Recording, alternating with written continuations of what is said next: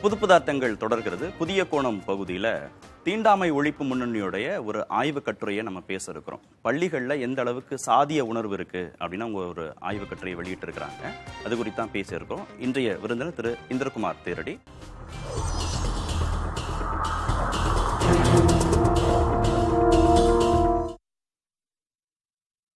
வணக்கம் திரு.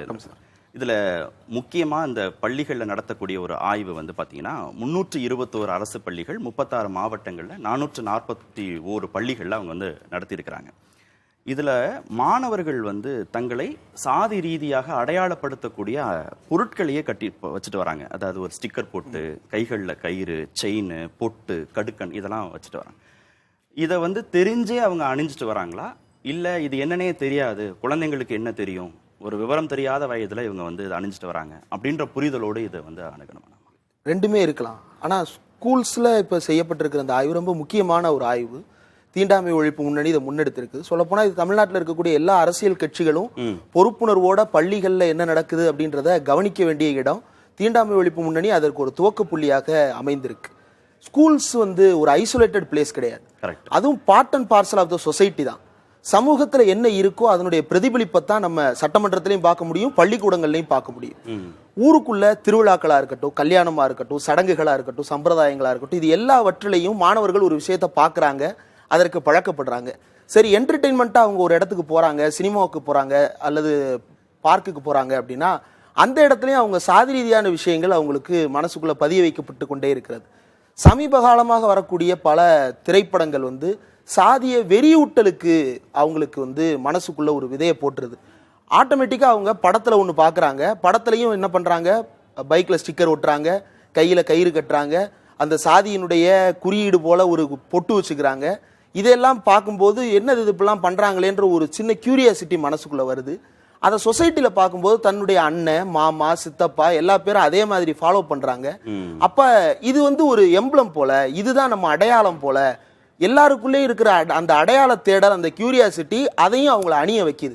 இப்ப ஸ்கூல் வந்து ஏன் இதுல முக்கியத்துவம் பெறுது அப்படி, இதுல ஸ்கூல் ஏன் முக்கியத்துவம் பெறுது அப்படின்னா, இதை மட்டுப்படுத்துற இடம் ஸ்கூல் தான்.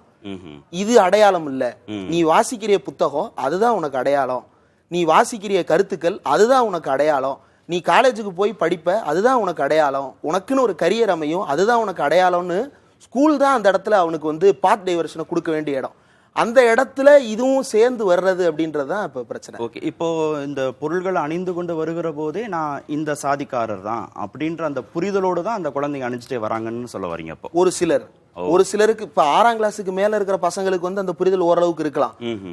தன்னுடைய சாதியை சேர்ந்த ஒரு தலைவரின் பெயரை வந்து மனதுக்குள்ள பதிய வைத்துக் கொள்வது, அவர் தான் உயர்ந்தவர், அவங்க எதுவும் படிச்சிருக்க போறது கிடையாது.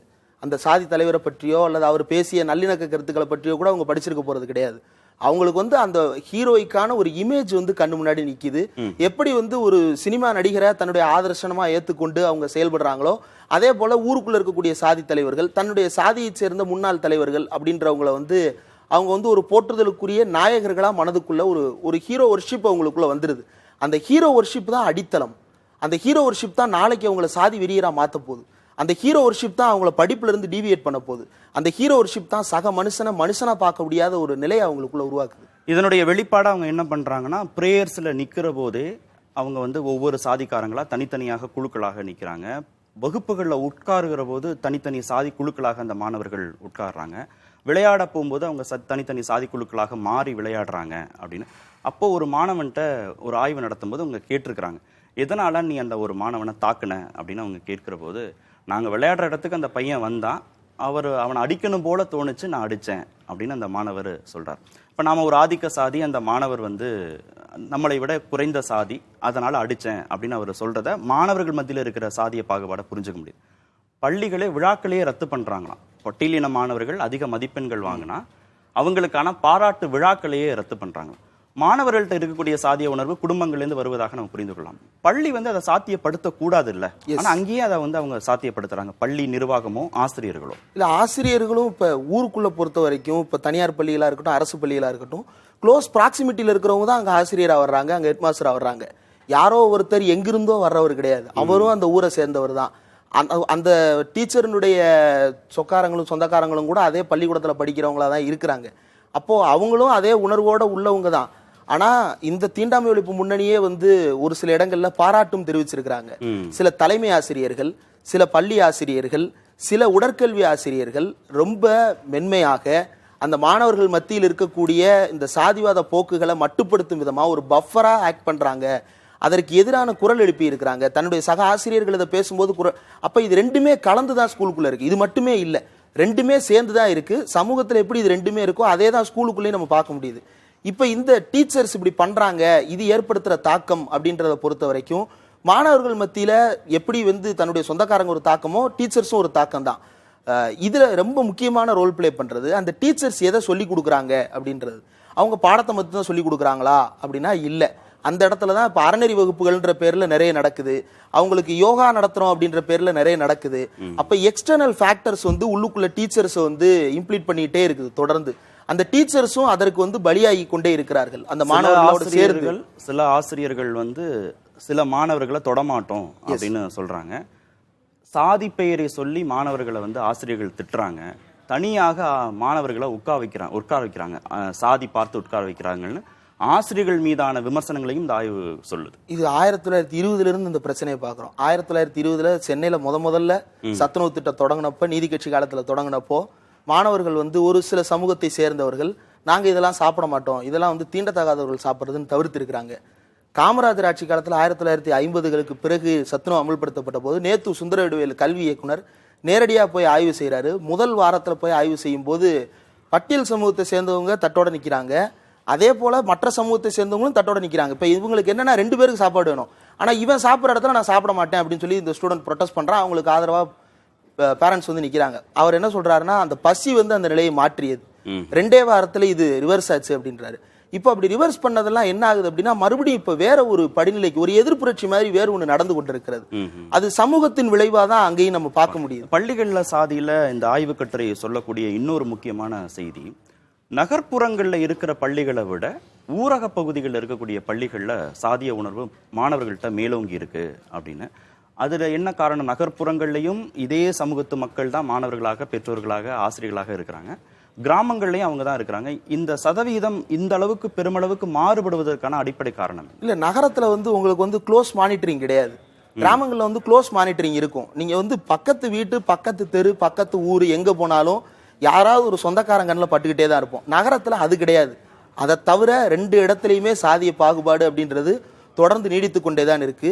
இதுல ரொம்ப முக்கியமான ரோல் பிளே பண்றது என்ன அப்படின்னா அவங்களுடைய பாட முறைகளும் ஒரு முக்கியமான ரோல் பிளே பண்ணுது. இன்னைக்கு பாடத்திட்டத்துல அம்பேத்கர் சாதி குறித்து பேசிய கருத்துக்களை, பெரியார் சாதி குறித்து பேசிய கருத்துக்களை வெளிப்படையா நம்மளால வைக்க முடியல. கர்நாடகாவில் 2022 பெரியார் பற்றி, நாராயணகுரு பற்றி உள்ளிட்ட பாடங்கள் நீக்கப்பட்டன. அதற்கு முந்தைய ஆட்சியில் சேர்க்கப்பட்டது இப்போ நீக்கப்பட்டிருக்கிறது. அதற்கு பிறகு மறுபடியும் இப்போ எஃபர்ட்ஸ் நடக்குது. 2021 ஜனவரியில ஒரு பெரிய அதிர்ச்சி வெளியானது. மத்திய பிரதேசத்துல அம்பேத்கர் வந்து ஒரு இந்துத்துவ தலைவர், அது மட்டுமல்ல அவர் தினமும் பூஜை புனஸ்காரங்களில் ஈடுபட்டார் அப்படின்ற கருத்துக்கள் இருக்கு. அப்போ இது வந்து தனியா ஒரு இடத்துல மட்டும் இல்லை, தேச அளவுல பரவலாக இது தொடர்ந்து நடைபெற்று கொண்டே இருக்கிறது. ரொம்ப முக்கியமா இப்ப இதுல மக்களுக்கு அந்த பற்றை விடுவித்தல் அப்படின்றது வந்து இப்ப தமிழ் வந்து ஒரு பஃபர், தேசம் இந்தியா அப்படின்றது ஒரு பஃபர். அதன் பெயரால இந்த அடையாளங்களை விட்டுருங்க, இப்படி ஒரு தனித்த அடையாளத்தை நம்ம வச்சுக்கலாம், இதுவும் நமக்கு அடையாளம் தான். மொழி அடிப்படையில, நாட்டு அடிப்படையில ஒன்று சேருதல். ஆனா அதுக்கும் பாடத்திட்டம் பிரச்சனையா இருக்கு. மே 2023 டெல்லி யூனிவர்சிட்டியில முகமது இக்பால் மிகப்பெரிய கவிஞர், நம்ம எல்லாரும் கேட்ட உடனே சிலிர்க்கிற ஒரு பாடல், சாரே சஹாசே அச்சா இந்துஸ்தான் ஹமாரா அப்படின்ற அந்த பாட்டை பாடின அந்த கவிஞர், அவர் பிறந்த இடம் பாகிஸ்தான், அன்றைய ஒரே இந்தியா, இன்றைக்கு பாகிஸ்தான். அந்த ஒரே காரணத்துக்காக அவருடைய பாடல்களும் இந்துஸ்தான் ஹமாரா அப்படின்னு, நாமெல்லாம் இந்துஸ்தானத்தை சேர்ந்தவர்கள், உலகிலேயே பறந்துபட்ட நாடு இந்தியா அப்படின்னு அவர் பாடிய அந்த பாடலை பாடிய அந்த கவிஞருடைய வரிகளும் அந்த கவிஞரை பற்றிய பாடமும் பாடப்புத்தகத்திலிருந்து நீக்கப்படுகிறது. அப்போ இதெல்லாம் நீக்கிவிட்டு எதுவெல்லாம் போதிக்கப்படுகிறது அப்படின்ற இடத்திலிருந்து தான் வேதங்களை உள்ள சேர்க்கும் போது பிரச்சனை வரல, அப்போ வர்ணத்தை பேசும்போது பிரச்சனை வரல. அப்போ அந்த வர்ணத்திலிருந்து அடுத்து அதற்கு எதிராக அதில் இருந்த பிரச்சனைகளை சுட்டிக்காட்டிய மறுமலர்ச்சி இயக்கங்களை பற்றி இன்றைக்கு பேசுவதற்கான இடம் பள்ளிக்கூடங்களிலிருந்து முற்று முழுதாக அகற்றப்பட்டிருக்கிறது. இது ஒரு தேசிய அளவிலான பிரச்சனை. நீங்க வர்ணம்னு சொன்னதுனால இந்த கேள்வியும் வைக்க வேண்டியதா இருக்கு. அதிமுகவுடைய ஆட்சி காலத்துல நடந்த ஒரு நிகழ்வு. தென் மாவட்டங்கள்ல மாணவர்கள் கைகளில் சாதி கயிறு கட்டிட்டு வராங்கன்னு பயிற்சிக்காக வந்த ஐஏஎஸ் அதிகாரிகள் ஒரு நோட் அனுப்புறாங்க. அந்த அடிப்படையில் பள்ளிக்கல்வித்துறை ஒரு சுற்றறிக்கை அனுப்புது. இந்த மாதிரி மாணவர்கள் சாதி அடிப்படையிலான கயிறுகளை வண்ண நிறத்துல கட்டிட்டு வந்தா அது குறித்து நீங்க கண்காணிக்கணும் அப்படின்னு. அந்த சமயத்துல என்ன சொல்லப்பட்டது அரசியல் இயக்கங்கள் தரப்புலனா, மத அடையாளங்களை பின்பற்றுவது ஒரு தனிமனித உரிமை. இந்த மாதிரி நீங்க எல்லாத்துலயும் சாதி அப்படின்னு பார்க்க ஆரம்பிச்சீங்க, மதம்னு பார்க்க ஆரம்பிச்சீங்கன்னா அவங்களுடைய அடிப்படை தனிமனித உரிமை பாதிக்கப்படுது அப்படின்ற ஒரு விமர்சனத்தை முன் வச்சாங்க. இந்த கோட்டை எப்படி நம்ம பிரிச்சுக்கிறது? இப்ப நான் திருநீரிடுறேன், இல்ல நான் சிலுவை போட்டுக்கிறேன், இல்ல நான் இஸ்லாமுடைய குல்லாவை அணிவிச்சுக்கிறேன் அப்படிங்கறத தனிமனித உரிமையாக மாணவர்கள் அணிவிச்சுட்டு வரும்போது பார்க்கணுமா, இல்ல அது சாதி மத உணர்வை தூண்டுது அப்படின்ற இடத்துல பார்க்கணும்? எப்படி பிரிச்சுக்கிறது? இல்ல இப்ப சிலுவை போட்டு செயின் போட்டுக்கிறது, அல்லது முருகன் டாலர் போட்டுக்கிறது, அல்லது கழுத்துல தாயத்து மந்திரிச்சு கட்டிக்கிறது, தொப்பி போடுறது, இதெல்லாம் மத அடையாளங்களா ரொம்ப இயல்பா பழக்கப்பட்ட ஒண்ணுதான். இந்தியாவினுடைய ராணுவத்திலேயே இதெல்லாம் இருந்து கொண்டுதான் இருக்கிறது. இது எதற்காக வருகிறது, சாதிக்கயிறு எதற்காக வருகிறது அப்படின்றதுதான். இப்போ திருநீர் வச்சுட்டு வர்றது அப்படின்றது இயல்பாக பார்க்கப்படுகிறது. ஆனா சாதிக்கயிறு அப்படி இயல்பானது அல்ல. அது வேறு ஒரு கண்ணோட்டத்தை உருவாக்குது. மாணவர்கள் மத்தியிலேயே ஒருத்தர் திருநீர் வச்சுட்டு வர்றதுலையோ அல்லது சிலுவை போட்டு வர்றதோ மாணவர்களை டேய் நீ முஸ்லீம் தானே அப்படின்னு சொல்லி யாரும் பாகுபடுத்தல, நீ கிறிஸ்டின் தானே அப்படின்னு சொல்லி தள்ளி வைக்கல. ஆனா அவர் என்ன மதமா இருந்தாலும் அந்த சாதி தான் அவரை ரோல் பிளே பண்ணுது. அவர் முஸ்லீமா இருந்தாலும் நீ இந்த தெருல இருந்தானே வர்ற, நீ இன்னார் பையன் தானே அப்படின்றது எளிமையா அடையாளப்படுது. இந்த அறிக்கையிலே ஒரு இடத்துல குறிப்பிடுறாங்க, கிளாஸ் ரூமுக்குள்ள சர்வே எடுக்காதீங்க. அதாவது ஓபிஎஸ்சி யாரு, பிசி யாரு, எஸ்சி எஸ்டி யாரு அப்படின்றத கையை தூக்க சொல்லி நீங்க உள்ளுக்குள்ள கணக்கு எடுக்காதீங்க. அதை அலுவலகத்தோட முடிச்சுக்கங்க. ஏற்கனவே உங்கள்ட்ட லிஸ்ட் இருக்கு, அதை முடிச்சுக்கங்கன்றாங்க. ஆனா அதை தாண்டின பிரச்சனை இங்க இருக்கு. என்னன்னா, அவன் எங்க இருந்து வந்தாலும் அவன் யாருன்றது தெரியும். அந்த ஊருக்குள்ள இருக்கிறவனுக்கு இவன் இன்னார் பையன், இவன் இன்னார் பேரன் அப்படின்றது முதற்கொண்டு அவங்களுக்கு ஃபுல்லா தெரிஞ்சு வச்சிருக்காங்க. அப்போ இது மட்டுமே அதை தடுத்து விடக்கூடியது அல்ல. பாடமுறைகள்ல அவங்களுக்கு மாற்றம் தேவை. இப்ப இந்த கயிறு அவருக்கு அடையாளம் அல்ல மாணவர்களுக்கு. இப்ப இந்த கயிறு எங்க பிரச்சனை ஆகுதுன்னா, இப்ப நாங்குநேரில் நடந்த சம்பவத்திலேயே அந்த மாணவர்கள் கஞ்சா போதைக்கு ஆளா இருந்தாங்க அப்படின்ற அந்த இது வருது. அவங்களுக்குள்ள சாதி பிரச்சனை இருக்கு, மனசுக்குள்ள சாதி இருக்கதான் செய்யும். இந்தியாவில் இருக்கக்கூடிய எல்லார் மனசுக்குள்ளேயும் சாதிய உணர்வு இருக்கு. அது எந்த அளவுக்கு மட்டுப்படுத்தி வச்சிருக்கிறோம் அப்படின்றதுதான் இங்கே அரசின் பங்களிப்பு குறித்தும் பேச வேண்டியதா இருக்கு. இறுதியாக சுருக்கமா, நாங்குநேரி சம்பவத்திலேயோ வேங்கை வயல் சம்பவத்திலேயோ அரசுடைய செயல்பாடுகள் நடவடிக்கைகள் இந்த சமூகத்திற்கு என்ன மாதிரியான செய்தியை சொல்லுது?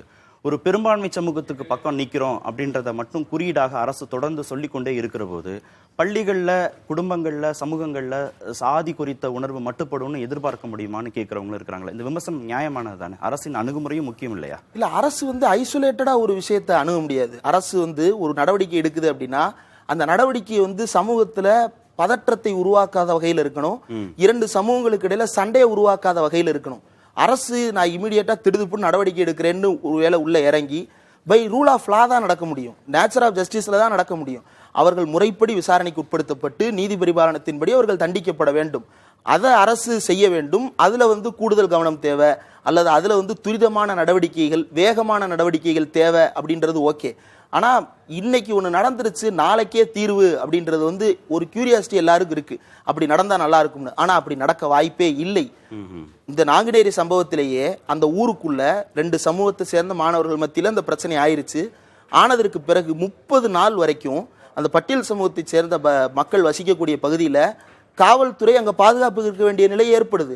அப்போ இமீடியட்டா ஒரு ரெஸ்பான்ஸ் பண்றேன் அப்படின்னு சொல்லி அரசு இந்த இரண்டு பேருக்கு நடுவுல உள்ள போய் நான் ரோல் பிளே பண்றேன்னு இறங்கும் போது அது சமூகத்து பிரச்சனையாவும் மாறுது. அதற்காக தான் ஓய்வு பெற்ற நீதிபதி திரு சந்துரு தலைமையில ஒரு குழு பிப்ரவரி மாசம் அதை சமர்ப்பிக்கிறது. இந்த தீண்டாமை ஒழிப்பு முன்னணியின் ஆய்வு அறிக்கையும் திரு சந்துரு கிட்ட ஒப்படைக்கப்பட்டிருக்கு. அரசு இது சார்ந்த நடவடிக்கைகள், ஏன்னா மாணவர்கள் சம்பந்தப்பட்டதுனால கொஞ்சம் கூடுதல் கவனத்தோடு நடவடிக்கை எடுக்கணும் அப்படிங்கிறது குறித்து தான், முக்கியத்துவம் குறித்து தான் நம்ம இதை பேசியிருக்கோம். பார்க்கலாம். நன்றி திரு இந்திரகுமார், நிகழ்ச்சியில் பங்கேற்றதற்கு.